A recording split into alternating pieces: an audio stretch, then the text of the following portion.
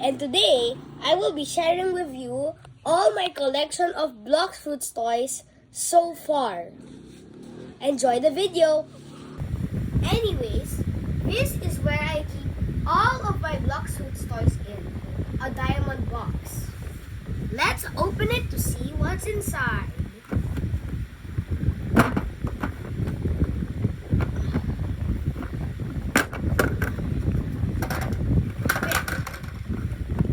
So first, we have a Kitsune,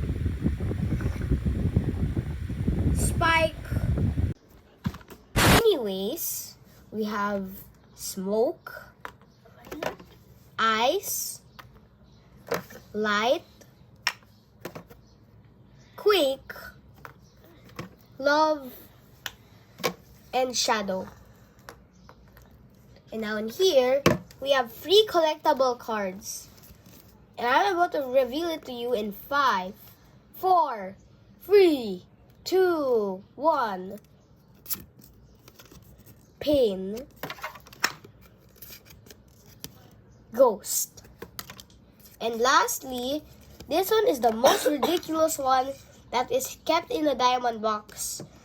And it technically makes sense though. And we got a diamond card. Thanks everyone for watching, and I'll see you in the next video.